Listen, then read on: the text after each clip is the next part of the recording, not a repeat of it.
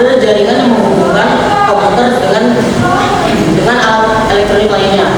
Nah, jangkauan jaringan LAN ini sempit, yaitu hanya seperti rumah, kafe, sekolah, dan lain-lain. Selanjutnya, untuk menghubungkan jaringan LAN kepada komputer, kita membutuhkan yang namanya IP address. Apa sih IP address itu?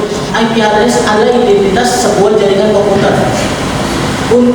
Kita bisa mengibaratkan IP address ini seperti alamat rumah, yaitu untuk kalau kita ingin mengetahui rumah tersebut atau mengakses rumah tersebut, kita harus tahu alamatnya. Oke, selanjutnya adalah jaringan internet atau wide area network. Jaringan WAN adalah jaringan yang menghubungkan banyak jaringan dari seluruh dunia.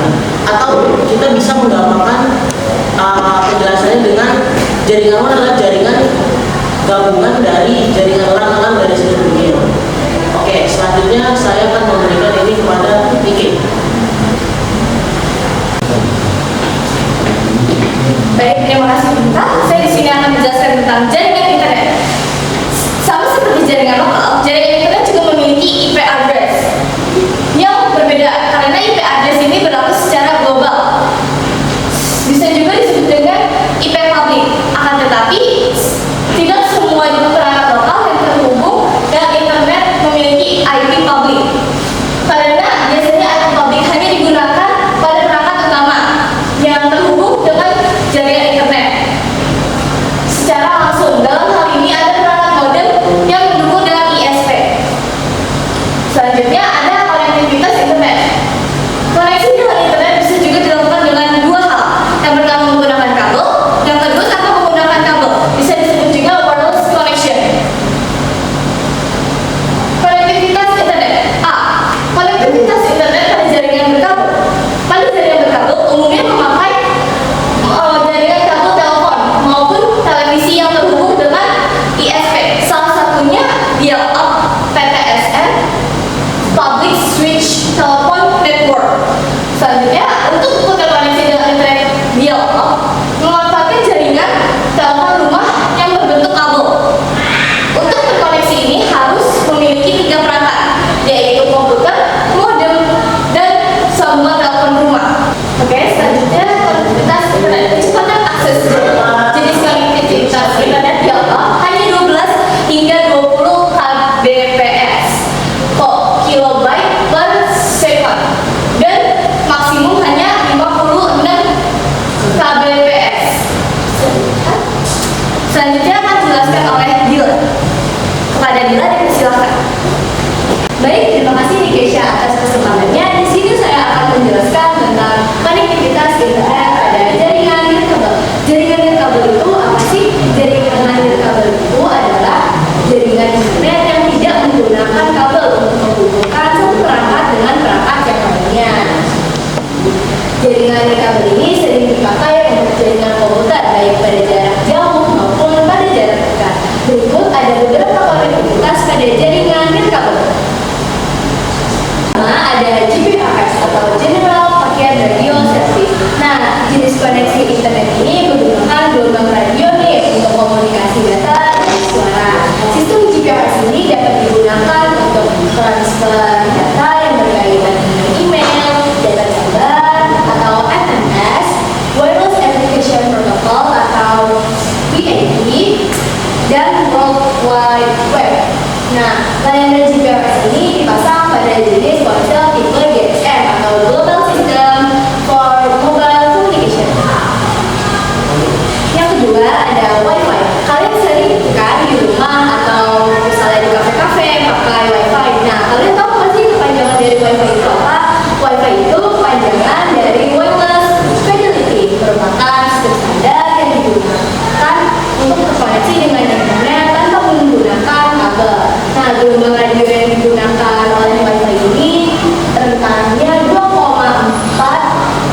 GHz hingga 5 GHz. Nah, jaringan Wi-Fi ini umumnya bisa menjangkau hingga 45 meter luasnya. Nah, yang ketiga ada akses satelit. Nah, jenis koneksi ini merupakan layanan internet yang memakai antena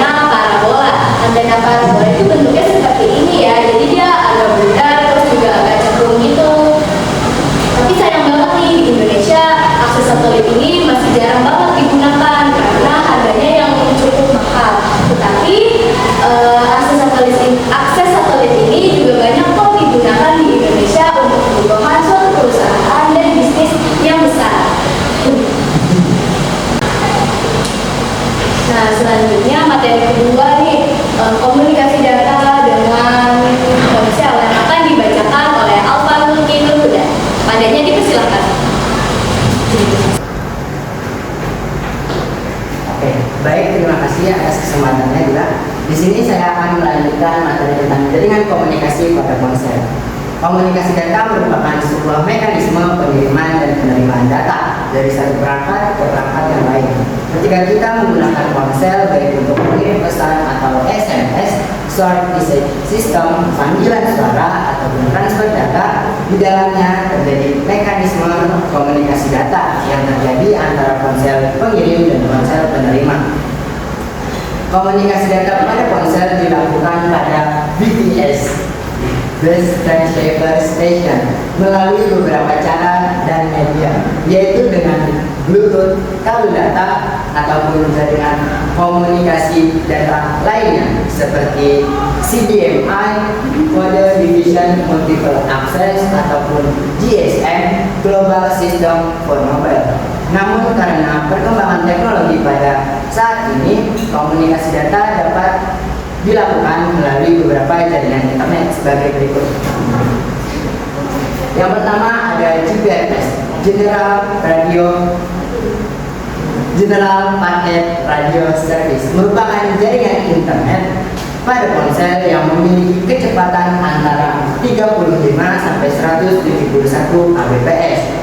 Dengan kecepatan itu biasanya dia hanya cukup untuk mengirim pesan yang tidak terlalu panjang.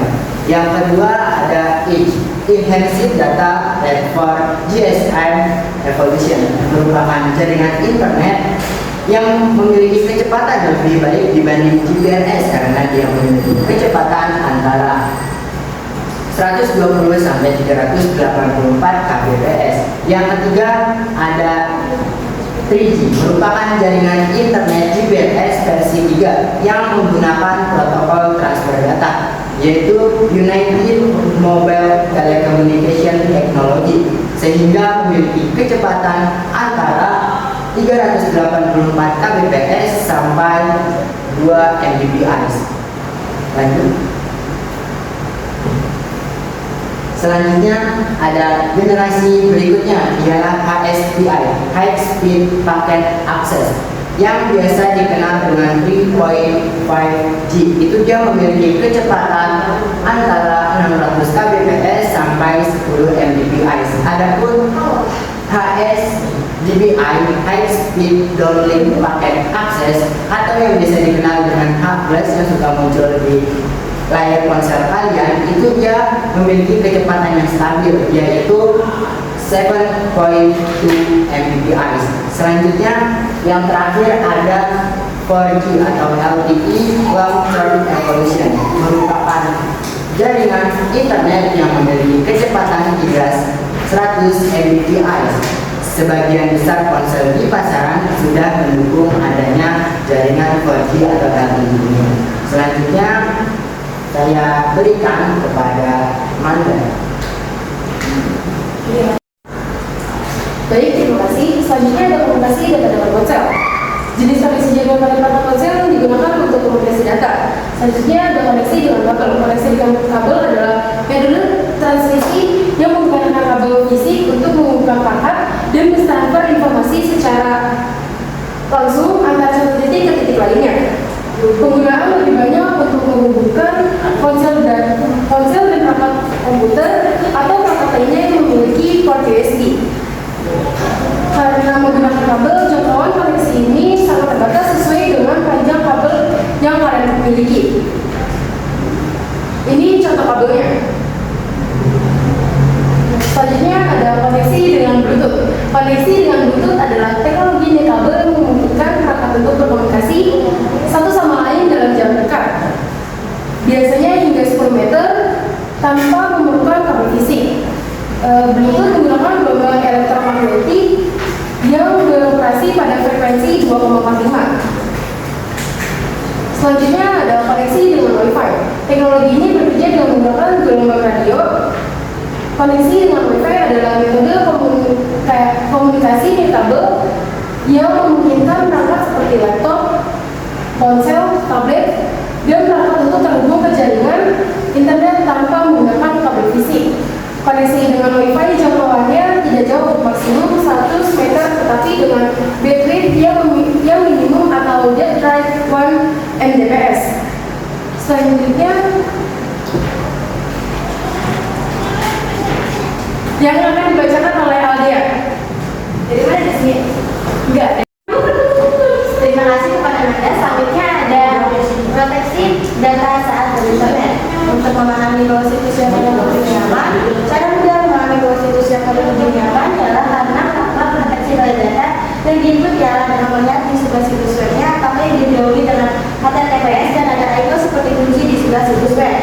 HTTP dan HTTPS memiliki perbedaan. Satu, HTTP adalah Hypertransfer Protocol atau HTTP adalah protokol yang mengatur komunikasi antara klien atau pengguna dan server atau komputer yang menyimpan data yang bisa diakses dalam situs web. Sayangnya HTTP tidak menjamin keamanan pada data, sehingga berpotensi bisa dimanipulasi. Selanjutnya adalah HTTPS adalah versi HTTP yang lebih aman, yang mampu menjaga keamanan data yang sedang diproses. Selanjutnya di sini ada contoh gambar HTTP dan HTTPS. Tapi di sini HTTP itu tidak menjamin keamanan pada data. Sedangkan kalau HTTPS itu bisa menjamin keamanan pada data. Coba satu. Sekian materi dari kelompok 1 yang dapat kita sampaikan. Kurang lebihnya mohon